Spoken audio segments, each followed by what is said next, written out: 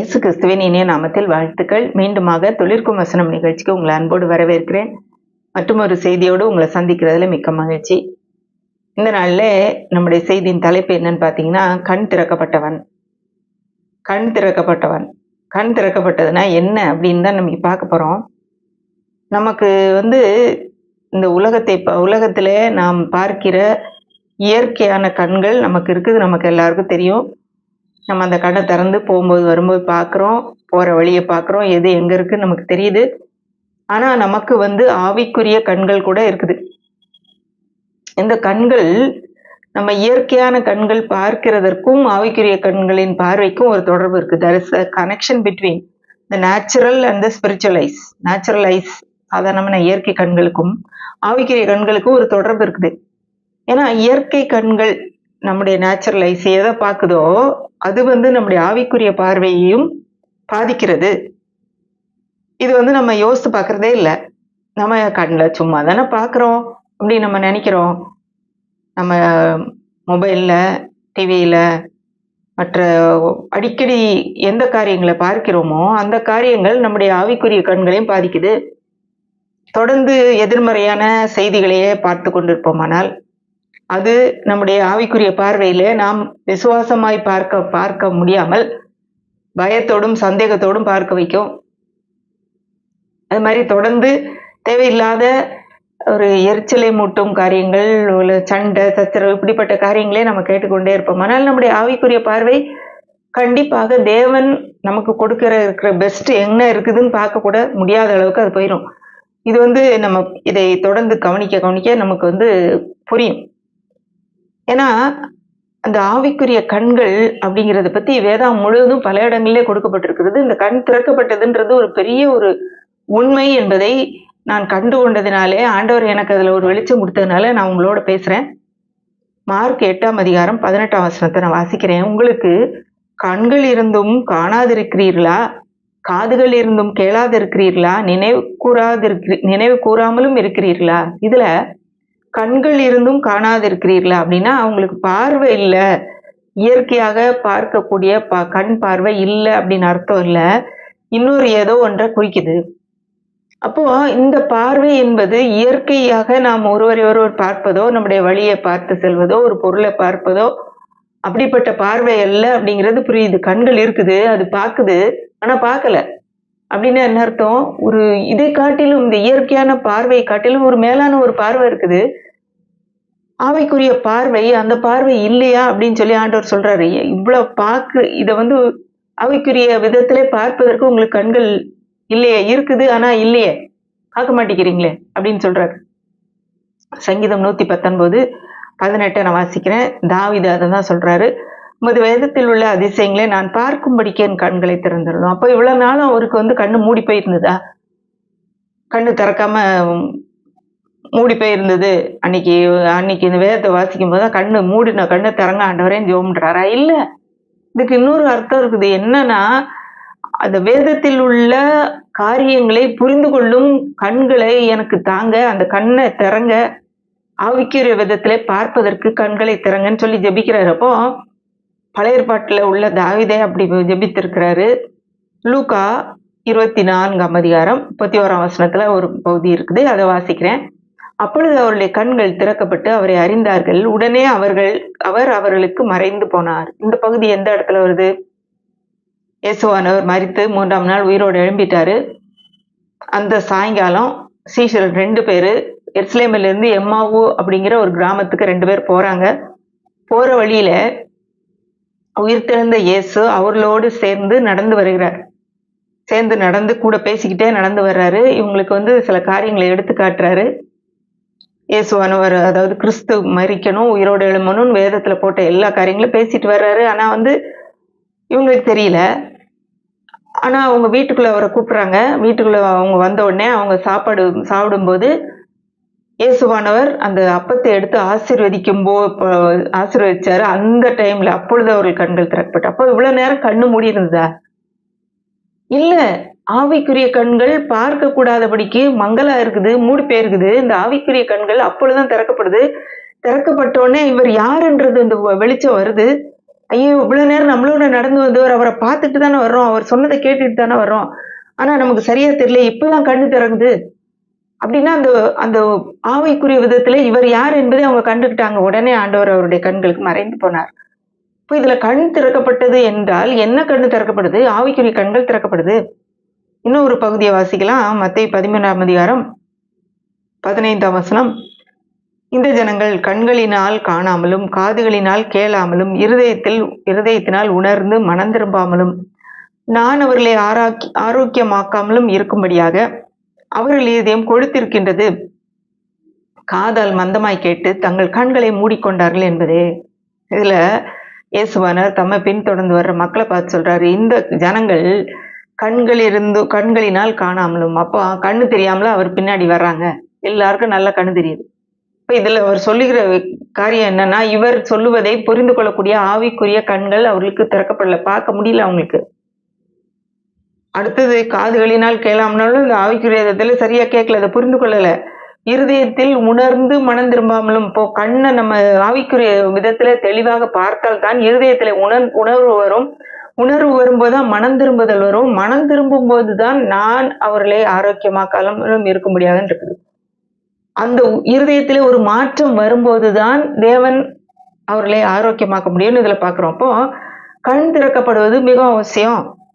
அதாவது சாதாரண பார்வை அல்ல, இந்த கண்கள் அல்ல, நம்ம நேச்சுரல் ஐஸ் அல்ல, இயற்கை கண்கள் அல்ல, ஆவிக்குரிய கண்கள் நமக்கு திறக்கப்பட வேண்டும். அதுல சொல்றாரு, காதால் மந்தமாய் கேட்டு தங்கள் கண்களை மூடிக்கொண்டார்கள். அவர்கள் இயேசுவானவர் முன்னாடி இருந்து பேசும்போது அவன் கண்ணை மூடிக்கிட்டே இருந்தாங்க. இல்ல, நல்ல கண்ணை திறந்து பார்த்துட்டு தான் இருந்தாங்க. அவர் சொல்றதை கேட்டாங்க, நல்லா இருந்தது, கதை நல்லா இருந்தது, அவர் கொடுக்குற சாப்பாடு நல்லா இருந்ததுன்னு எல்லாரும் சொன்னாங்க. ஆனா அவங்களுக்கு அதுக்கு மேல அவர் சொல்லுவதின் கருத்தை புரிந்து கொள்ளவில்லை. அப்பதான் சீஷர்கள் அப்ப முன்னாடிதான் கேட்கிறாங்க, ஏன் ஆண்டவரே எங்களுக்கு அதனுடைய பொருளை சொல்றீங்க, இவங்களுக்கு வெறும் ஓமையா சொல்றீங்க அப்படின்னு சொல்லும்போதுதான் இதை சொல்றாரு. அடுத்த வசனத்தை பாருங்க. உங்கள் கண்கள் காண்கிறதுனாலும் உங்கள் காதுகள் கேட்கிறதுனாலும் அவைகள் பாக்கியம் உள்ளவைகள். இதுல சீஷர்களை பார்த்து சொல்றாரு. அப்போ இவங்க கண்ணு மட்டும்தான் திறந்திருந்ததுன்னு அர்த்தமா? இல்ல, இவர்கள் அதை புரிந்து கொள்கிறார்கள், அதை ஆவிக்குரிய கண்களோடு பாக்குறாங்க. ஆண்டவர் சொல்லுகிற சத்தியத்தை இயற்கையான முறையில அல்ல, ஆவிக்குரிய கண்களை வைத்து பாக்குறாங்க. கண்ணை திறந்து பாக்குறீங்க, நீங்க உங்க கண்ணு பாக்குது, நான் சொல்ற ஆவிக்குரிய சத்தியத்தை பார்க்கக்கூடிய கண்கள் உங்களுக்கு இருக்குதுன்னு சொல்றாரு. அதனால நீங்க பாக்கியசாலிகள்ன்றாரு. அதே போலதான் பவுலும் ஒரு காரியத்தை சொல்றாரு.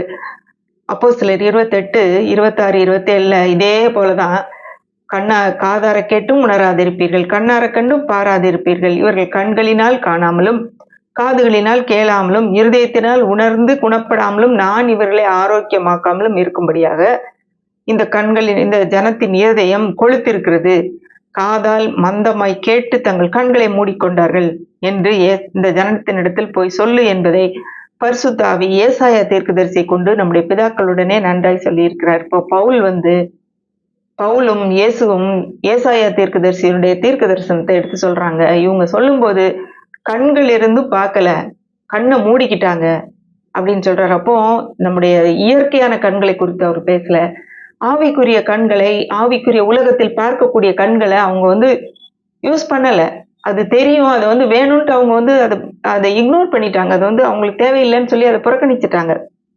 இது எப்பல இருந்து நடந்தது அப்படின்னு பாத்தீங்கன்னா, ஆதியாமம் 3ஆம் அதிகாரத்துக்கு வரணும். எப்பயுமே நமக்கு அது ஆதியாமம் முதல் சில அதிகாரங்களுக்குள்ள பாத்தீங்கன்னா கண்டிப்பாக அங்க இதுல நமக்கு விடை கிடைக்கும். இப்போ ஆதியாமம் 3ஆம் அதிகாரம் 5, 6, 7 வாசிக்கிறேன். நீங்கள் இதை புசிக்கும் நாளிலே உங்கள் கண்கள் திறக்கப்படும் என்றும் நீங்கள் நன்மை தீமை அறிந்து தேவர்களைப் போல் இருப்பீர்கள் என்றும் தேவன் அறிவார் என்றது. அப்பொழுது ஸ்திரியானவள் அந்த விருட்சம் புசிப்புக்கு நல்லதும் பார்வைக்கு இன்பமும் புத்தியை தெளிவிக்கிறதுக்கு இச்சிக்கப்படத்தக்க விருட்சமாய் இருக்கிறது என்று கண்டு அதன் கனியை பறித்து புசித்து தன் புருஷனுக்கும் கொடுத்தாள், அவனும் புசித்தான். அப்பொழுது அவர்கள் இருவருடைய கண்களும் திறக்கப்பட்டது. அவர்கள் தாங்கள் நிர்வாணிகள் என்று அறிந்து அத்தியிலைகளை தைத்து தங்களுக்கு அரைக்கச்சைகளை உண்டு பண்ணினார்கள். இதுல பாருங்களேன், ஆண்டவர் அதை புசிக்கும் நாளிலே சாகவே சாவாயின்னு சொல்லிட்டாரு. ஆனா இங்க பிசாசு சொல்றான், நீங்கள் இதை புசிக்கும் நாளிலே உங்கள் கண்கள் திறக்கப்படும், நீங்க தேவர்களை போல இருப்பீர்கள் பொய் சொல்றான். தேவர்களை போலதான் தேவனை போலதான் அவங்க சிருஷ்டிக்கப்பட்டிருந்தாங்க. ஆனா பிசாசு சொன்னதை கேட்டு இவங்க அதை சாப்பிட்ட உடனே என்ன நடக்குது? கண்கள் திறக்கப்பட்டது. அப்படின்னா இதுல கண்கள் திறக்கப்பட்டதுன்னு போட்டிருக்குதே, என்ன கண்கள் திறக்கப்பட்டது அப்படின்னு பாத்தீங்கன்னா, இந்த உலகத்தின் காரியங்களை பார்க்கக்கூடிய கண்கள் தான் திறக்கப்பட்டிருக்கு. ஆவிக்குரிய கண்கள் மூடிருச்சு. அது வரைக்கும் அவங்க அந்த ஆவிக்குரிய உலகத்துல பார்க்கக்கூடிய விதத்திலே, ஆவிக்குரிய ஒரு மேலான நிலைமையில பார்த்து அதன்படி நடக்கக்கூடிய ஒரு விதத்திலே அவர்கள் கண்கள் திறந்திருந்தது. இன்றைக்கு பிசாசு சொல்ல கேட்ட உடனே அந்த கண்கள் மூடி போயிடுச்சு. அவங்க கண்ணுக்கு தெரிஞ்சதெல்லாம் அவருடைய குறைவான நிலை, தேவனோடு உறவு கொள்ள முடியாத தங்களுடைய ஒரு அபாத்திர நிலைமை, தாங்க செய்த பாவத்தின் ஆண்டவருடைய கட்டளை மீறினதுடைய குற்ற உணர்வு, அவமானம், தாங்க ஒரு நிர்வாணிகளா இருக்கிறோம் என்ற ஒரு வெட்கம், இதுதான் அன்றைக்கு அவங்களுக்கு இருந்தது. உடனே பயந்து தங்க நிர்வாணத்தை மூடுறாங்க. இப்போ இது பாருங்களேன், இதுலயே கண்ணு திறக்கப்பட்டதுன்னு தான் வருது. அப்போ ஆனா உண்மையாக ஒரு கண்ணு, ஆவிக்குரிய கண்கள் அதுல இருந்து மூடப்பட்டது. ஆனா கூட பழைய ஏற்பாட்டு பக்தர்கள் சிலர் அந்த ஆவிக்குரிய கண்களை பயன்படுத்தி ஆண்டவரோடு தங்களுடைய உறவை வளர்த்து கொண்டிருந்தார்கள். இந்த உலகத்தின் மக்களை விட வேறுபட்டு இருந்தாங்க. நோவா எடுத்துக்கிட்டோம்னா தெரியும். அவன் அந்த பேழையை எப்படி செஞ்சிருப்பான்? தேவன் சொல்லுகிற விதமாக அவன் பார்க்கக்கூடிய அந்த கண்கள் அவனுக்கு இருந்தது. அந்த ஆவிக்குரிய உலகத்துல மற்றவங்க எல்லாம் அதை கேலி பண்ணா கூட, மற்றவங்க எல்லாம் அதை செய்யல, யாருமே அதுக்கு கீழ்ப்படியல. இவன் மட்டும்தான் ஆவிக்குரிய உலகத்துல பார்க்கக்கூடிய கண்களை வைத்து தன்னுடைய குடும்பத்தை காப்பாற்றினா. ஆபிரகாம் தெரியும். ஆபிரகாம் ஆண்டவர், அதாவது தேவனையும் தேவதூதர்களையும் தரிசித்தான். 3 பேர் வர்றதை கண்ணை பார்க்கிறான் நேர. எப்படி அது பார்க்க முடிந்தது? அவனுக்கு அந்த ஆவிக்குரிய கண்கள் இருந்தது. ஆண்டவர் பேசுறதை கேட்க முடிஞ்சது அவனுக்கு. இப்போ இப்படிதான் ஆண்டவர் பேசிக்கொண்டே வந்தார். அவர் கண்கள் திறக்கப்பட்ட போது, ஆவிக்குரிய கண்கள் திறக்கப்பட்ட போது, பழைய ஏற்பாட்டு பக்தர்கள் பலர் ஆவிக்குரிய கண்களை பயன்படுத்தி பல காரியங்களை தங்களுடைய வாழ்க்கையில அவர் அனுபவித்தார்கள். இப்போ இன்றைக்கு நம்ம இரண்டு முக்கியமான ஒரு நிகழ்ச்சிகளை பழைய ஏற்பாட்டுல பார்க்க போறோம். எப்படி கண்கள் திறக்கப்பட்டதுனால என்ன நடந்ததுன்னு சொல்லி. என்னாமம் 22ஆம் அதிகாரத்துல நமக்கு தெரியும், மோவாப் தேசத்தின் ராஜா பீலேயாம் என்ற தீர்க்கதரிசியை கூப்பிட்டு, இஸ்ரவேல் மக்கள் அங்க அவங்க முன்னாடி அந்த மோவாப் தேசத்து பக்கத்துல அவங்க எல்லாம் கூடாரம் போட்டு பாளையம் இறங்கி இருக்கிறாங்க. அவங்கள நீங்க சபிக்கணும்னு சொல்லி கூட்டிட்டு வராங்க, கூப்பிட போயிருக்காங்க.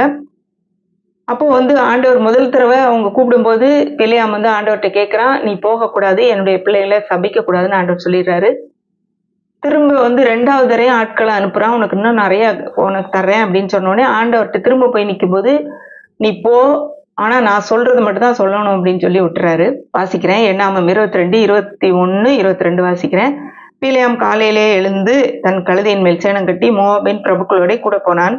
அவன் போகிறதுனாலே தேவனுக்கு கோபம் உண்டது. கர்த்தருடைய தூதனானவர் வழியிலே அவனுக்கு எதிராளியாக நின்றார். அவன் தன் கழுதையின் மேல் ஏறி போனான். அவன் வேலைக்காரர் 2 பேரும் அவனோட கூட இருந்தார்கள். இதுல பாருங்க, கர்த்தருடைய தூதன் அவன் முன்னாடி நிக்கிறான். ஆனா இவனுக்கு தெரியல, அவன் கழுதை மேல ஏறி போறான். 23ஆம் வசனம். கர்த்தருடைய தூதனானவர் உருவின பட்டயத்தை தம்முடைய கையிலே பிடித்து கொண்டு வழியிலே நிற்கிறதை கழுதை கண்டு வழியை விட்டு வயலிலே விலகி போயிட்டு கழுதையை வழியில் திருப்ப பீலேயாம் அதை அடைத்தான். கழுதைக்கு கர்த்தருடைய தூதனை பார்க்கக்கூடிய கண்கள் இருந்தது. ஆவிக்குரிய உலகத்திலே பார்க்கக்கூடிய கண்கள் இருந்தது. அப்போ ஒரு விலங்கு கூட அப்படி பார்க்க முடியும்னு நினைக்கிறேன். ஏன்னா அது பாருங்க, ஒரு தூதன் உருவின பட்டயத்தோட எதிர நிக்கிறான். அவனுக்கு நம்ம போகக்கூடாது அப்படின்னு சொல்லி அது வயல்ல விலகி போகுது. உடனே போட்டு அடிக்கிறான், நீ நேரம் போன்னு சொல்லி அடிக்கிறான். அடுத்து கர்த்தருடைய தூதனானவர் இருபுறமும் சுவர் வைத்திருந்த திராட்சை தோட்டங்களின் பாதையிலே போய் நின்றார். 2 பக்கமும் சுவர் இருக்குது. அந்த சுவர் இருக்கிற திராட்சை தோட்டத்தின் பாதையில போய் நிக்கிறாரு. கழுதை கர்த்தருடைய தூதனை கண்டு சுவர் ஓரமாய் ஒதுங்கி பீலேயாமின் காலை சுவரோடு நெருக்கிட்டு திரும்பவும் அதை அடித்தான். இப்போ அவர் அங்க நிக்கிறாரு, அவருக்கு நேரம் போகக்கூடாது. அவர் கையில உருவின பட்டயம் இருக்கு, அவனுக்கு அதுக்கு தெரியுது, அது பாக்குது. ஆனா இது மேல உட்கார்ந்து இருந்த பீலேயாமுக்கு கண்ணு தெரியல, ஒரு தீர்க்கதரிசிக்கு தெரியல. இப்போ இது போய் சுவரோட நிக்குது. ஏன்னா அவர்கிட்ட போக முடியாதுன்னு பயந்துட்டு தெரிஞ்சு நிக்குது. நச்சு வைக்குது அவன் காலை. ஆனா அவன் போட்டு அடிக்கிறான். அப்புறம் 3வது தடவை அப்ப பாருங்க, 26 வாசிக்கிறேன். அப்பொழுது கர்த்தருடைய தூதன் அப்புறம் போய் வலதுபுறம் இடதுபுறம் விலக வழி இல்லாத இடுக்கமான இடத்திலே நின்றார். ஒரு இடத்துல எங்கேயுமே போக முடியாத சின்ன வழியில போய் நிக்கிறாரு. கழுதை கர்த்தருடைய தூதனை கண்டு பீலேயாமின் கீழ் படுத்து கொண்டது. பீலேயாம் கோபம் உண்டவனாகி கழுதையை தடியினால் அடித்தான். இது பிறகு தெரியும், கழுதை வாயை திறந்து பேசுது. இப்போ 3 முறை கர்த்தருடைய தூதனை பார்க்கக்கூடிய அந்த பார்வை கழுதைக்கு இருந்தது, இவனுக்கு தெரியல. முன்னாடி யார் நிக்கிறா? ஒரு உருவின பட்டயத்தோடு எதிராளியாக நிக்கிறாரு. அப்போ அடுத்து பாருங்களேன், 31 வசனம். அப்பொழுது கர்த்தர் பிலேயாமின் கண்களை திறந்தார். அப்போ இதுவரைக்கும் கண்ணு தெரியாமலா இருந்தான்? பார்க்காமலா இருந்தான்? இல்லையே. பார்த்து அவனுடைய வழியை பார்த்து மற்றவங்க பார்த்து அப்படிதான் போயிட்டு இருக்கான். ஆனா முன்னாலே நிக்கிற கர்த்தருடைய தூதன் எதிராளியாய் நிற்பது அவனுடைய கண்களுக்கு தெரியல. வழியிலே நின்று உருவின பட்டயத்தை தம்முடைய கையில் பிடித்திருந்த கர்த்தருடைய தூதனை கண்டு தலை குனிந்து மோங்குப்புற விழுந்து பணிந்தான். அப்பதான் தெரியுது, கண்களை திறந்த உடனே தான் தெரியுது. அப்போ இவனுடைய கண்கள் திறக்கப்பட்டது. என்ன கண்கள்? ஆவிக்குரிய கண்கள் திறக்கப்பட்டது.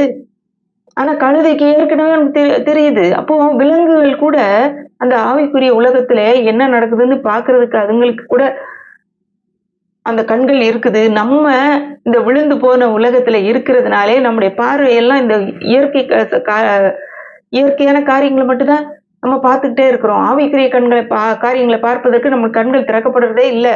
ஏன்னா ஒரு சூழ்நிலையை பார்க்கும்போது இந்த சூழ்நிலையை மட்டும் பார்க்கிறோம். அந்த சூழ்நிலைக்கு மேலே அதுக்கும் மேலாக என்ன இருக்குது? ஒரு ஆவிக்குரிய உலகம் இருக்குது. அந்த உலகத்துல என்ன நடக்கிறது? அங்க நான் ஆண்டவரோடு சேர்ந்து செயல்பட முடியும். ஆண்டவர் எனக்காக என்ன செய்து கொண்டிருக்கிறார்ன்றதெல்லாம் பார்க்கறதுக்கு கண்கள் இல்லை. ஏன்னா இந்த கழுதைக்கு தெரியுது முன்னாடி ஒருத்தர் இருக்கிறாரு, அவர் நம்ம எதிராளியா நிக்கிறாரு. அதனால நான் அந்த பக்கம் போனா தேவையில்லாத அவர் என்னை கொன்று போட்டுருவாரு, நான் பாட்டுக்கு இங்க இருந்துக்கிறேன். அப்போ கர்த்தருடைய தூதனே சொல்றான், கழுதை மட்டும் இன்னைக்கு அது விலகி போகல அப்படின்னா உன்னை அப்பவே அடிச்சு கொண்டிருப்பேன் அப்படின்னு சொல்றாரு. அப்போ அந்த கழுதைக்கு அவ்வளவு தூரம் ஒரு ஆவிக்குரிய கண்கள் இருந்திருக்கு. ஆனா இதுக்கு பிறகு பாருங்களேன், என்னாகமம் 24ஆம் அதிகாரம் 2ஆம் வசனம் 3ஆம் வசனம் வாசிக்கிறேன். அவனுக்கு தன் கண்களை ஏறெடுத்து இஸ்ரவேல் தன் கோத்திரத்தின்படியே பாளையம் இறங்கி இருக்கிறதை பார்த்தான். தேவாவின் அவன் மேல் வந்தது. அப்பொழுது அவன் தன் வாக்கியத்தை எடுத்துரைத்து பேயோரின் குமாரனாகிய பிலேயாம் சொல்லுகிறதாவது, கண் திறக்கப்பட்டவன் உரைக்கிறதாவது. இது வரைக்கும் அவன் கண் திறக்கப்படல. சாதாரணமா உலகத்தை பார்த்து கொண்டிருந்தான். உலகத்தின் மக்களை பார்க்கிற மாதிரி பார்த்தான். அவன் சபிச்சா தனக்கு காசு கிடைக்கும் நம்பிதான் வந்தான். ஆனா இப்போ அவன் பார்க்கிற பார்வையே வேற. அவன் கண் திறக்கப்பட்டது. இந்த ஜனங்களை நம்ம சபிக்க முடியாது. ஏனென்றால் இவர்கள் தேவனால் ஆசீர்வதிக்கப்பட்டவர்கள்ன்றத பார்த்துட்டான். இவர்களை சபிச்சேன்னா அவங்க எதிராளியா ஒருவர் நிக்கிறார். அவர் எனக்கு எதிராளியா இருக்கிறார், உருவினப்பட்ட அவர் கையில இருக்கு, நான் ஜாக்கிரதையா இருக்கணும்னு தெரிஞ்சிருச்சு. அடுத்து இன்னொரு 2 தடவையும் சொல்றான். அவன் தன் 15ஆம் வசனத்திலே அவன் தன் வாக்கியத்தை எடுத்துரைத்து பேயோரின் குமாரன் பிலேயாம் சொல்லுகிறதாவது, கண் திறக்கப்பட்டவன் உரைக்கிறதாவது. 16ஆம் வசனத்திலே அப்படிதான். தேவன் அருளும் வார்த்தைகளை கேட்டு உன்னதமானவர் அளித்த அறிவை அறிந்து சர்வ வல்லவரின் தரிசனத்தை கண்டு தாழ விழும்போது கண் திறக்கப்பட்டவன் விளம்புகிறதாவது. அப்போ நம்ம ஆவிக்குரிய உலகத்துல பார்ப்பதற்கு நம்முடைய கண்கள் திறக்கப்பட வேண்டும். இந்த உலகத்தின் காரியங்களை பார்ப்பதற்கு அல்ல. இன்றைக்கு நடக்கிற சூழ்நிலைகள், நியூஸ் இல்ல, நம்முடைய கண்களுக்கு முன்பாக நம்முடைய வீட்டுல நடக்கிற காரியங்கள், நம்முடைய சூழ்நிலைகள், நாம் எதிர்நோக்கி இருக்கிற பிரச்சனைகள், இவைகளை பார்ப்பதை காட்டிலும் இவற்றுக்கு மேலாக ஆவிக்குரிய உலகத்துல என்ன இருக்குது நமக்கு, அந்த பார்வையை பார்க்கும்போது அதன் மூலமாக நான் தேவனிடத்துல இருந்து என்னத்தை பெற்றுக்கொள்ள முடியும்? இந்த சூழ்நிலையை அந்த லெவல்ல இருந்து நான் அணுக முடியுமா? ஒரு வசனம் இருக்குல்ல, நாம் தரிசித்து நடவாமல் விசுவாசித்து நடக்கிறோம். அது நமக்கு சில நேரம் புரியல. இங்கிலீஷ்ல we walk by faith not by sightன்னு வருது. சைட்னா பார்வை, தரிசித்துன்னு உடனே நம்ம வேற ஏதோ நினைச்சுக்கிறோம். நம்ம ஆண்டவருடைய பிள்ளைகளை, ஆண்டவரை ஏற்றுக்கொண்ட ஒவ்வொருவரும் நம்ம எப்படி நடக்கணும்னா, நாம் விசுவாசத்திலே தான் நடக்க வேண்டும். அதாவது ஆவிக்குரிய கண்களை திறந்து பார்த்து தான் நடக்கணும். தரிசித்து நடக்கக்கூடாது. பார்த்து நம்ம முன்னாடி இருக்கிறத பார்த்து நடக்கக்கூடாது. இப்ப பேதுருக்கு கடல் மேல் எப்படி நடந்தான்? விசுவாசத்துலதான் நடந்தான். ஆவிக்குரிய கண்களை தேவன் மேல் வைத்து கொண்டு அவன் நடக்கிறான். ஒரு முடியாதுன்னு சொல்ற சூழ்நிலையில அவனால செய்ய முடியுது. அந்த அலைகள் நடுவுல, காத்து நடுவுல அவனால் நடக்க முடிந்தது. இன்னொரு பகுதியை நம்ம பார்க்கலாம். எலிசா பத்தி பார்க்கலாம். 2 ராஜாக்கள் 6ஆம் அதிகாரம் 15, 16, 17 வாசிக்கிறேன். தேவனுடைய மனுஷனின் வேலைக்காரன் அதிகாலமே எழுந்து வெளியே புறப்படுகையில் இதோ இராணுவமும் குதிரைகளும் ரதங்களும் பட்டணத்தை சுற்றி இருக்க கண்டான். அப்பொழுது வேலைக்காரன் அவனை நோக்கி, ஐயோ என் ஆண்டவனே, என்ன செய்வோம் என்றான். அதற்கு அவன், பயப்படாதே, அவர்களோடு இருக்கிறவர்களை பார்க்கிலும் நம்மோடு இருக்கிறவர்கள் அதிகம் என்றான். அப்பொழுது எலிசா விண்ணப்பம் பண்ணி, கர்த்தாவே, இவன் பார்க்கும்படி இவன் கண்களை திறந்தருளும் என்றான். உடனே கர்த்தர் அந்த வேலைக்காரன் கண்களை திறந்தார். இதோ எலிசாவை சுற்றிலும் அக்னிமயமான குதிரைகளாலும் ரதங்களாலும் இந்த மலை நிறைந்திருக்கிறதை கண்டான். இப்போ இதுல பாக்குறது கண்டான் நிறைய வருது. முதல்ல அவன் என்ன கண்டான்? ஃபர்ஸ்ட் ஊருக்கு வெளியே எட்டி பாக்குறான். காலையில எந்திச்சு வெளியே போறதுக்கு பார்த்தா அங்க ஃபுல்லா சுத்தி ரதங்களும் குதிரை வீரர்களும் யாரை பிடிக்க வந்திருக்காங்க? எலிசாவை பிடிக்க வந்திருக்கிறாங்கன்னு இவனுக்கு தெரியுது. கண்ணை வச்சுதான் பாக்குறான். எதிரிகளுடைய சேனை தான் அவன் கண்களுக்கு தெரியுது. உடனே ஐயோ ஆண்டவனே நம்ம என்ன செய்வோம்னு எலிசாவை சொல்றான். ஐயோ இப்படி வந்து சுத்தி சூழ்ந்துட்டாங்களே, நம்ம இன்னைக்கு ஆகட்டும் அவ்வளவுதான் நினைக்கிறான். அதுக்கு அவன் சொல்றான், எலிசா பயப்படாதே, அவர்களோடு இருக்கிறவர்களை பார்க்கலும் நம்மோடு இருக்கிறவர்கள் அதிகம்னு சொல்லிட்டு ஆண்டவரே இவன் பார்க்கும்படி கண்களை திறந்தலாம். அப்ப இதுக்கு முன்னாடி கண்ணு திறந்தானே இருந்தது. அவன் முன்னாடி பார்க்கும்போது பகைவர்கள் தான் அவ்வளவு ஃபுல்லா தெரிஞ்சாங்க. அப்போ இப்ப ஜெபிக்கிறானே கண்களை திறந்துடணும்னா என்ன கண்ணு? ஆவிக்குரிய உலகத்தை பார்க்கக்கூடிய அந்த கண்களை திறந்துடணும்னு ஜெபிக்கிறான். எலியாவுக்கு இவன் பார்த்த அதே இயற்கை கண்கள் தான் இருந்தது இல்ல. ஆனா இவன் அந்த இயற்கை கண்களை விட ஒரு ஆவிக்குரிய கண்களோடு அவன் எலிசா பார்த்ததுனாலதான் அவன் சொல்றான் நம்மோடு இருக்கிறவர்கள் அதிகம்னு. இப்ப கண்ணை திறந்துடணும்னு சொன்ன உடனே என்ன நடந்தது? அந்த வேலைக்காரன் கண்களை திறந்தார். இதோ எலிசாவை சுற்றிலும் அக்னிமயமான குதிரைகளாலும் ரதங்களாலும் இந்த மலை நிறைந்திருக்கிறதை கண்டான். இப்போ அந்த இவன் கண்ணு திறந்த உடனேதான் ரதங்களும் குதிரை வீரர்களும் வந்தாங்களா? இல்ல, அவங்க ஏற்கனவே இருக்கிறாங்க அங்கதான். இப்போ ஆவிக்குரிய உலகத்துல இருப்பதற்கு அந்த அந்த பார்வை அவனுக்கு இல்லாம இருந்தது. வெறும் இயற்கை உலகத்தை கண்ணு முன்னாடி தெரியறதை மட்டும்தான் பார்க்கக்கூடிய ஒரு கண்கள் அவனுக்கு இருந்தது. இன்றைக்கு ஆண்டவர் அவனுடைய கண்கள் திறந்த உடனே அவன் சுற்றிலும் பார்க்கறான். எலிசாவை சுற்றிலும் அக்னிமயமான குதிரைகளும் ரதங்களும் இருக்கிறத பார்க்கறான். இன்றைக்கு நம்ம சுற்றிலும் என்ன பிரச்சனையை பார்த்துக்கிட்டு இருக்கோம்? நம்ம என்ன சூழ்நிலையை எதிர்பார்த்து கொண்டிருக்கிறோம்? எப்படிப்பட்ட காரியங்களை நாம் சந்தித்து கொண்டிருக்கிறோம்? நம்முடைய பார்வை இயற்கையில இது செஞ்சா இப்படி நடக்கும், இப்படி எனக்கு அதாவது இது செஞ்சா இப்படி நடக்கும் அப்படின்னு கால்குலேட் பண்ணிலாம் வச்சிருப்போம். நம்மகிட்ட வந்து இருக்கிற காசு இவ்வளவுதான், இதை கணக்கு போட்டா இந்த மாசம் சமாளிக்கலாம். ஐயோ இவ்வளவு பெரிய திடீர்னு வந்து நிக்குது, இவ்வளவு பெரிய காசு கட்டணுமே, நான் எங்க போறது, என்னுடைய கையில இல்லைன்னு நம்ம நினைக்கலாம். ஆனா இயற்கைக்கு மாறான மேலான ஒரு உலகத்துக்குள்ளே பார்க்கக்கூடிய ஒரு ஆவிக்குரிய கண்கள் நமக்கு இருக்குது. அந்த கண்கள் நமக்கு திறக்கப்பட வேண்டும். அந்த ஆவிக்குரிய கண்களை திறந்து பார்க்கறதுக்கு நமக்கு என்ன உதவுது தெரியுமா? தேவனுடைய வசனம். தேவனுடைய வசனத்தின் மூலமாக நாம் பார்க்க வேண்டிய இப்படிப்பட்ட காரியங்கள் பார்க்கும்போது இப்போ ஏற்கனவே அங்க இருக்கிற அந்த அக்னிமயமான குதிரைகளும் ரதங்களும் திடீர்னு அவன் கண்ணு திறந்தோடனே வரல, ஏற்கனவே அவங்க இருக்கிறாங்க. அதே மாதிரி ஆவிக்குரிய உலகத்துல நாம் சந்திக்கிற பிரச்சனைக்கு தீர்வு இருக்குது. இந்த உலகத்திற்கும் இந்த நாம் சந்திக்கிற சூழ்நிலைக்கும் நாம் சந்திக்கிற காரியங்களுக்கும் மேலான ஒரு உலகம் இருக்குது. அந்த உலகத்துக்குள்ளே பார்க்கக்கூடிய கண்கள், அந்த ஆவிக்குரிய கண்கள் நமக்கு இருக்குது. ஆண்டவரை ஏற்றுக்கொண்ட ஒவ்வொருவருக்கும் இருக்குது. ஒரு நிமிஷம் நம்ம யோசித்து பார்ப்போம். நம்மில் யாராவது ஆண்டவரை ஏற்றுக்கொண்ட யாராவது ஆண்டவர் இயேசு கிறிஸ்து சிலுவையில நமக்காக நம்முடைய பாவங்கள் எல்லாம் எடுத்து மரித்ததை நம்ம கண்ணில் பார்த்தோமா? பார்க்கலையே. ஆனா ஆவிக்குரிய கண்களால் நாம் பார்த்திருக்கிறோம். அதனால்தான் நம்ம அதை நம்புறோம், அதனால்தான் நம்ம விசுவாசித்தோம், அதனால்தான் ஏற்றுக்கொண்டோம். அதனுடைய பலனை நம்ம இப்ப அனுபவிக்கிறோம். நம்முடைய வியாதிகளை அவருடைய சிலுவையில அவர் சுமந்ததை, அவருடைய ரத்தம் நமக்காக சிந்தப்பட்டதை நேரடியா யாராவது பார்த்தோமா? இந்த இயற்கை கண்களை வச்சு இல்ல. ஆனா ஆவிக்குரிய கண்களை வைத்து நம்ம பார்த்தோம். பார்த்ததுனாலதான் இன்றைக்கு அவருடைய தழும்புகளால் நாம் குணமானோம்ன்றதை விசுவாசிக்கிறோம். இப்படிதான் நாம் வந்து ஒவ்வொரு காரியத்தையும் வசனத்தின் மூலமாக நாம் பார்க்கும்போது நமக்கு அந்த ஆவிக்குரிய கண்கள், பார்க்கக்கூடிய ஆவிக்குரிய கண்கள் நமக்கு இருக்குது. அதை பார்க்கும்போது நமக்கு வந்து அதுக்கு பிறகு இந்த வேலைக்காரன் பயப்படல. ஏன்னா அவங்களோட அவ்வளவு பெரிய சேனை இருக்குது. தனியாக ஒரு காரியத்தை நம்ம செய்யணும், இதை நான் தனியா எப்படிதான் இதை சமாளிக்க போறேனோ தெரியல, நான் எப்படி தனியா போய் பேச போறேனோ, தனியா இவங்களை நான் எப்படி ஃபேஸ் பண்ண போறேனோ, இந்த சூழ்நிலை நான் எப்படி சமாளிக்க போறேனோன்னு நினைச்சா இன்றைக்கு நமக்கு அதுக்குரிய உதவி ஆவிக்குரிய உலகத்துல இருக்குது. நமக்கு எல்லாம் தேவையானது எல்லாம் ஒன்றே ஒன்றுதான். அந்த ஆவிக்குரிய கண்கள் திறக்கப்பட வேண்டும். ஆவிக்குரிய கண்களை திறந்து நமக்கு இந்த வேதத்துல போட்டிருக்கிறத பார்க்கறதுக்கு அந்த கண்கள் திறக்கப்பட வேண்டும். இப்போ நம்ம ஆவிக்குரிய உலகத்துல நம்ம பார்க்க வேண்டும். அதாவது சூப்பர் நேச்சுரல், இயற்கைக்கு மேலான காரியங்கள் நமக்கு அவைலபிளா இருக்குது, நமக்கு எப்பயுமே இருக்குது. நம்ம ஏற்கனவே பார்த்த மாதிரி நாம் ஆண்டவரை ஏற்றுக்கொண்ட போது நம்ம செய்ததை காட்டிலும் பெரிய ஒரு அதிசயம் ஒண்ணுமே கிடையாது. ஆவிக்குரிய உலகத்தை அப்பவே பார்த்திருக்கிறோம்.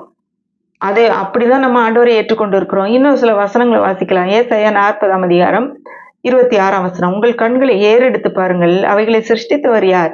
அவர் அவைகளின் சேனையை லக்கத்திட்டமாய் புறப்பட பண்ணி அவைகளையெல்லாம் பேர் பேராக அழைக்கிறவராமே. அவருடைய மகா பலத்தினாலும் அவருடைய மகா வல்லமையினாலும் அவைகளில் ஒன்றும் குறையாமல் இருக்கிறது. இதுல சொல்றாரு, கண்களை ஏறெடுத்து பார் அப்படிங்கிறாரு. ஏறெடுத்து பார்த்து இதுக்கு முன்னாடி அவருடைய நட்சத்திரங்கள் அதெல்லாம் பத்தி சொல்லும்போது அதை ஏறெடுத்து பாருங்கள். ஆனா பார்க்கும்போது ஒரு நட்சத்திரம் தான் அழகா இருக்குது அப்படி இல்ல. அதுக்கு பின்னாடி பார்க்க சொல்றாரு, அவைகளை சிருஷ்டித்தவர் யார்? அதுக்கு பின்னாடி ஆவிக்குரிய உலகத்துல தேவன் இருக்கிறார், சிருஷ்டிகர் ஒருவர் இருக்கிறார். அவைகளெல்லாம் பேர் பேராக அழைக்கிறார். சேனையாக இருக்குது, அவ அத்தனை அதிகமாக இருந்தாலும் பேர் பேராக அழைக்கிறார். அவைகள் அவருடைய பலத்தினாலே அவருடைய வல்லமையினாலே ஒன்றுமே குறையப்படாம இருக்குது. அந்த ஒரு ஆவிக்குரிய உலகத்திலே இருக்கிற தேவனை பாருங்கள். இந்த இயற்கையில் உள்ள காரியங்களை பார்க்கும்போது அப்படின்னு சொல்லி இந்த வசனம் சொல்லப்படுது. அது ஒரு ஆவிக்குரிய கண்கள் தான். தேவனை அறியறது கூட நமக்கு வேணும். ஏசாயா 60ஆம் அதிகாரம் 4ஆம் வசனம். சுற்றிலும் உன் கண்களை ஏறெடுத்து பார், அவர்கள் எல்லாரும் ஏகமாய் கூடி உன்னிடத்தில் வருகிறார்கள். உன் குமாரர் தூரத்திலிருந்து வந்து உன் குமாரத்திகள் உன் பக்கத்திலே வளர்க்கப்படுவார்கள். இதுலயும் ஏறெடுத்து பார் அப்படிங்கிறாரு. சுற்றிலும் பார், ஆனா இப்ப ஒண்ணுமே இல்லை, எதுவுமே நடக்கல, எனக்கு யாருமே இல்லை அப்படின்ற சூழ்நிலையா இருந்தாலும் இங்க ஆண்டவர் என்ன சொல்றாரு? பாரு, அவங்க வர்றதை பாரு, திரும்ப வர்றதை பாரு, உன்னோட உன்னுடைய பிள்ளைகள் உன்னுடைய சந்ததியார் எல்லாம் இருக்கிறத பாரு. இது எதுல பார்க்க முடியும்? இப்ப முன்னாடி பார்த்தா ஒண்ணும் இல்லையே. ஆனா ஆவிக்குரிய உலகத்துல எனக்காக ஆண்டவர் அவைகளை செய்து கொண்டு இருக்கிறார். இந்த வாக்குத்தத்தத்தின் மூலமாக நான் அதை பார்ப்பேன். ஆபிரகாமுக்கு அப்படிதான் ஆண்டவர் வாக்குத்தத்தம் கொடுத்தாரு. ஒரு பிள்ளை கூட இல்ல, 100 வயசு ஆயிடுச்சு, சரீரம் செத்து போச்சு, மனைவியோட கற்பம் செத்து போச்சு. ஆனா வெளியே வந்து நீ நட்சத்திரத்தை பாருன்னு சொல்றாரு, கடற்கரை மணலை பாருங்கிறாரு. இப்படி உன் சந்ததி ஆசீர்வதிக்கப்படும், இந்த சந்ததி இவ்வளவு பெருக்கமா இருக்குன்னு சொல்றாரு. வெறும் ஆஹா நல்லா இருக்கு நட்சத்திரம், இவ்வளவு அழகா நிறைய இருக்கு கடற்கரை மணல்னு யோசிச்சுட்டு போறதுக்குள்ள அதுக்கு பின்னாடி இருப்பதை பார்க்கக்கூடிய ஆவிக்குரிய கண்கள் அவனுக்கு வேணும்னு சொல்லி அப்போ அவனுக்கு இயற்கை கண்களின் மூலமாக ஆவிக்குரிய கண்களை பத்தி அவர் சொல்றாரு. ஆவிக்குரிய விதத்தில் பார்ப்பதை பற்றி சொல்றாரு. வேதம் முழுவதும் இப்படிப்பட்ட காரியங்கள் அதிகமாக இருக்குது. எல்லாமே அப்படிப்பட்ட காரியங்கள். நீங்க வந்து போய் எடுத்து வாசித்து பாருங்க. இப்போ இன்னொரு காரியத்தை நம்ம பார்க்கலாம். ஆண்டவர் வந்து இயேசு கிறிஸ்து இப்போ ஒரு வசனத்தை சொல்றாரு. யோவான் 4ஆம் அதிகாரம் 35ஆம் வசனம். அறுப்பு காலம் வருகிறதற்கு இன்னும் 4 மாதம் செல்லும் என்று நீங்கள் சொல்லுகிறது இல்லையா? இதோ வயல் நிலங்கள் எப்பொழுதே அறுப்புக்கு விளைந்திருக்கிறது என்று உங்கள் கண்களை ஏறெடுத்து பாருங்கள் என்று நான் உங்களுக்கு சொல்கிறேன். இதுல சீஷர்கிட்ட இயேசுவானவர் சொல்றாரு, அறுப்புக்கு இன்னும் 4 மாசம் செல்லும் அப்படின்னு சொல்றாங்கல்ல, அறுவடை செய்யறதுக்கு. இப்பவே நீங்க பாருங்க, வயல் நிலங்கள் எல்லாம் விளைந்திருக்குது என்று கண்களை எடுத்து பாருங்க. அப்போ அவங்க பார்க்கும்போது அவங்க முன்னாடி வயல் நிலங்கள் விளைந்திருந்ததா? அறுவடை செய்யற மாதிரி இல்ல. இதுல என்ன சொல்றாரு? கண்களை ஏறெடுத்து பாருங்கள் என்றால் அந்த நேரத்துல அந்த சமாரியா பட்டணத்துல அவங்க சமாரியா ஸ்திரீ போய் சொல்லி அவ்வளவு பேர் வர்றாங்க. அதை வச்சு சொல்றாரு, பாருங்க இவங்க எல்லாம் வந்து ஆண்டவரை ஏற்றுக்கொள்வதற்கு, என்னை ஏற்றுக்கொள்வதற்கு, தேவனுடைய ராஜ்யத்துக்குள் வருவதற்கு ரெடியா இருக்கிறாங்க. அவரை ஏற்றுக்கொள்ள ரெடியா இருக்காங்க. உங்க கண்களை ஏறெடுத்து பாருங்க. நீங்க அவங்களுக்கு சொல்ல வேண்டியதுதான். இப்ப அதே மாதிரிதான் நம்ம இன்னைக்கு ஆவிக்குரிய உலகத்திலே பார்க்க வேண்டும் என்று ஆண்டவர் நம்மளை அழைக்கிறார். நம்முடைய கண்களை வெறும் இயற்கை உலகத்தை மட்டுமே பார்க்க பழக்கி கொண்டு இருக்கிறோம். நாம் ஆண்டவரை ஏற்றுக்கொண்டது உண்மையானால் நம்மால் ஆவிக்குரிய உலகத்துக்குள்ளும் பார்க்க முடியும். ஏன்னா நாம் தரிசித்து நடக்கல, விசுவாசித்து நடக்கிறோம். நம்ம வந்து பார்த்து நடக்கிறவர்கள் அல்ல, விசுவாசித்து நடக்கிறோம். இந்த விசுவாசம் எப்படி வரும்? ஆவிக்குரிய கண்களால் பார்க்கும்போது மட்டும்தான். இப்ப பவுல அப்போஸ்தலன் ஒரு காரியத்தை சொல்றாரு. அவர் வந்து அவருடைய சபை மக்களுக்காக ஜெபிக்கிற ஒரு காரியத்தை நம்ம பார்க்கலாம். எபேசியர் 1ஆம் அதிகாரம் 19ஆம் வசனம். தாம் கிறிஸ்துவை மரித்தோரிலிருந்து எழுப்பி அவரிடத்தில் நடப்பித்த தமது பலத்த சத்துவத்தின் வல்லமைப்படியே விசுவாசிக்கிறவர்களாகிய நம்மிடத்தில் காண்பிக்கும் தம்முடைய வல்லமையின் மகா மேன்மையான மகத்துவம் இன்னதென்றும் நீங்கள் அறியும்படிக்கு அவர் உங்களுக்கு பிரகாசமுள்ள மனக்கண்களை கொடுக்க வேண்டும் என்று வேண்டிக் கொள்கிறேன். இதுல அவர் சொல்றதை பாருங்களேன். சபை மக்களுக்கு ஆண்டவரே இவங்க ரொம்ப கஷ்டத்துல இருக்கிறாங்க, இவங்களுக்கு வந்து சாப்பாடு இல்லை, இவங்களுக்கு நிறைய பணம் வேணும், இவங்க கடன் பிரச்சனை ஓயணும், உங்களுக்கு சுகம் வேணும்னு ஜெபிக்கல. இதுக்கு எல்லாத்துக்கும் மூல காரணமான இவர்களுடைய மனக்கண்கள் திறக்கப்பட வேண்டும் என்று சொல்றாரு. அந்த மனக்கண்கள் திறக்கப்பட்டால் அந்த ஆவிக்குரிய உலகத்திலே நமக்கு எல்லாம் இருக்கிறதுன்றது முதல்ல தெரியும். அங்க சுகம் இருக்குது, அங்க ஐஸ்வர்யம் இருக்குது, நம்முடைய தேவைகள் சந்திக்கப்பட முடியும், நம்முடைய குறைவுகள் எல்லாம் நிறைவாக முடியும், நமக்கு சமாதானம் உண்டு, எல்லாமே அங்க இருக்குது அப்படிங்கிற ஆவிக்குரிய பார்வை நமக்கு வரும். இப்போ நம்ம ஜெபிக்க வேண்டியதெல்லாம், எனக்கு ஆண்டவரே அதைத்தாங்க இதைத்தாங்க ஜெபிக்க வேண்டியதில்லை. ஆண்டவரே, நாங்கள் இந்த ஆவிக்குரிய உலகத்திலே பார்ப்பதற்கு எங்களுடைய கண்களை நீங்க மனக்கண்களை திறந்தருளுன்னு தானே கேட்கணும். ஆண்டவரே, ஒரு சூழ்நிலை நமக்கு எதிராக வரும்போது இதுக்கு பின்னாடி என்ன இருக்குன்னு பார்க்கக்கூடிய கண்களை கொடுங்க ஆண்டவரே. உண்மையா என்ன பிரச்சனைன்றதை பார்க்க உதவி செய்யுங்க. இந்த மக்கள் எனக்கு எதிராக வர்றாங்கன்னா இவங்க பிரச்சனை இல்லை, இவங்க பின்னாடி என்ன இருக்குன்னு பார்க்கறதுக்கு உதவி செய்யுங்க. ஒரு பிரச்சனை எனக்கு எதிர்த்து நிக்குது, இல்ல எனக்கு என்னுடைய விரிவாக்கம் தடைப்படுது, என்னுடைய ஊழியம் தடைப்படுதுன்னா இதுக்கு பின்னாடி என்ன இருக்கு, நீங்க என்ன சொல்றீங்க, ஆவிக்குரிய உலகத்துல என்ன நீங்க எனக்காக வைத்திருக்கிறீங்க, அதுல நான் எப்படி பாக்குறதுன்னு சொல்றது. நம்ம ஆண்டவரோடு அந்த காரியத்தை பார்ப்பதற்கு நம்முடைய கண்களை திறக்கணும். அதுதான் அவர் ஜெபிக்கிறாரு. மனக்கண்கள் திறக்கப்பட வேண்டும், பிரகாசமுள்ள மனக்கண்களை கொடுக்க வேண்டும் என்று வேண்டிக் கொள்கிறேன்னு சொல்றாரு. இன்னொரு முக்கியமான வசனம் பாத்தீங்கன்னா, இது எல்லாத்துக்கும் பேசிக்ஸ், அடிப்படை என்னன்னு பாத்தீங்கன்னா, யோவான் 6:63 வசனம்.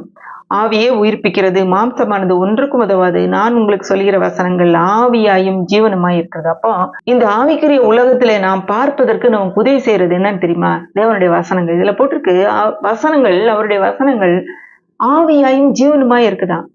அந்த வசனங்கள் தான் ஆவி. ஆவிக்குரிய உலகத்துல நாம் பார்ப்பதற்கு உதவி செய்வது என்னன்னு பார்த்தா தேவனுடைய வசனங்கள். அந்த வசனங்களை எடுத்துக்கொண்டு அதை ஒரு அடிப்படையாக வைத்துக்கொண்டு அதன்படி நம்முடைய கண் பார்வையை, ஒருவேளை நமக்கு பலவீனம்னா நம்ம என்ன பண்ணணும்? ஒரு வசனம் சொல்லுது, நமக்கு பலவீனன் எவனும் தன்னை பலவான் என்று சொல்வானாக. அப்போ ஆவிக்குரிய உலகத்திலே நான் பலவானா இருக்கிறேன்றத அந்த அடிப்படையில நான் வாயில திறந்து பொய் சொல்லல, நான் பலவீனமா தான் இருக்கேன்னு நம்ம சொல்லணும் ஆக்சுவலா. ஆனா அப்படி சொல்லல. வசனம் என்ன சொல்லுது? இப்ப பலவீனமா நான் இந்த இயற்கை உலகத்திலே காணப்பட்டாலும் ஆவிக்குரிய உலகத்திலே நான் பலவானா இருக்கிறேன் அப்படின்னு சொல்லுது. அப்போ நான் சொல்லு. இப்படிதான் ஆவிக்குரிய உலகத்துல நாம் பார்த்து அதன்படி நம்முடைய வாழ்க்கையை மாற்றணும். ஏன்னா ஆண்டவருடைய வசனம் ஆவியாயும் ஜீவனுமா இருக்கிறது. வசனத்தை பயன்படுத்தி ஆவிக்குரிய உலகத்தை பார்ப்பதை நாம் பழக்குவித்துக் கொள்ள வேண்டும். அந்த பார்வை மட்டுமல்லாம நம்ம அதை வாழ்க்கையில செயல்படுத்துறதுக்கு நமக்கு தெரியணும். இன்றைக்கு இந்த ஆவிக்குரிய கண்கள் திறக்கப்பட்டதை பத்தி நம்ம பார்த்தோம்ல, என்ன காரியங்கள்லாம் பார்த்திருக்கிறோம். நம்ம வேதத்தை வாசிக்கும் போது, அந்த வசனங்களை வாசிக்கும் போது, ஆண்டவரே என்னுடைய கண்களை திறந்துடும். என்னுடைய பார்வை சாதாரண இயற்கை கண்கள் மட்டுமல்ல, ஆவிக்குரிய கண்களை திறந்து அதில் உள்ள வெளிச்சத்தை, அது உண்மையான ஒரு பொருளை நான் உணர்ந்து கொள்ளக்கூடிய ஒரு கண்களை எனக்கு நீங்க தாங்க ஆண்டவரேன்னு நம்ம கேட்க வேண்டிய தாவீதை போல. பிரகாசமுள்ள மனக்கண்கள் அப்படியே திறக்கப்படுவதாகன்னு சொல்லி சொன்ன பவுல மாதிரி, இயேசுவானவரை மாதிரி கண்களை ஏறெடுத்து பாருங்கன்னு சொல்ற மாதிரி காரியங்களை நம்ம செய்ய வேண்டியிருக்கு. நாம் கண் திறக்கப்படும் போது நம்ம இந்த பிரச்சனைகளை பார்த்துக்கிட்டு இருக்க மாட்டோம், நமக்கு எதிராக வர்ற காரியங்களை பார்க்க மாட்டோம், அதுக்கு மேல போயிடுவோம். ஏன்னா நம்ம உன்னதத்திலே அவரோட உட்கார்ந்து இருக்கிறோம். நம்முடைய போராட்டம் இங்க இருக்கிற கச்சடாவோட கிடையாது. நாம் உன்னதத்திலே வெற்றியோடு அவரோட ஜெயத்தை எடுத்துக்கொண்டவர்களாக தேவனுடைய வலது பாசத்திலே கிறிஸ்துவோடு நம்ம அமர்ந்திருக்கிறோம். அப்படிப்பட்ட மேலான நிலைமையில இருந்து நாம் இதை பார்க்கும்போது கண்டிப்பாக நம்முடைய சூழ்நிலை நம்ம காலுக்கு கீழே தான் இருக்கும். நம்ம வெற்றியாக வருவோம். அப்படியே நம்ம கண்களை மூடி நம்ம ஜெபிக்கலாம். அன்புள்ள ஆண்டவரே, இந்த அருமையான நேரத்துக்காக நன்றியோடு மை துதிக்கிறோம், மை ஸ்தோத்திரிக்கிறோம்ப்பா.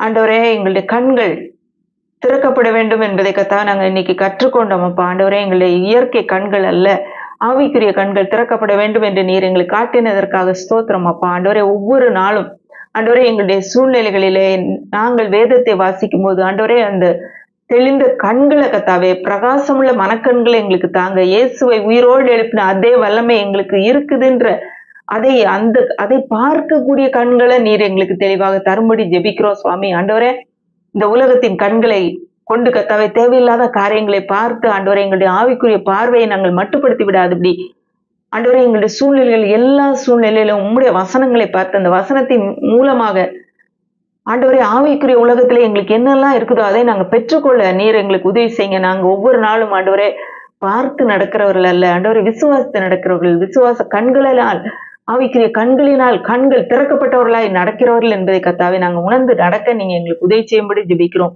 இந்த கரத்துல எங்கள் பார்க்கிற ஒவ்வொருவரையும் அர்ப்பணிக்கிற ஆண்டவரே, அவர்களை ஆசீர்வதிங்க ஆண்டவரே. ஆவிக்குரிய உலகத்துல அவர்களுக்காக நீர் செயல்பட்டு கொண்டிருக்கிறீர் என்பதை பார்த்து ஆண்டவரே தைரியமாக ஆண்டவரே முன்னேறி செல்றதுக்கு நீங்க உதவி செய்யும்படி ஜெபிக்கிறோம். ஆசீர்வதியும் வழி நடத்தும். இயேசுவின் மூலம் கேட்கிறோம் பிதாவே, ஆமென்.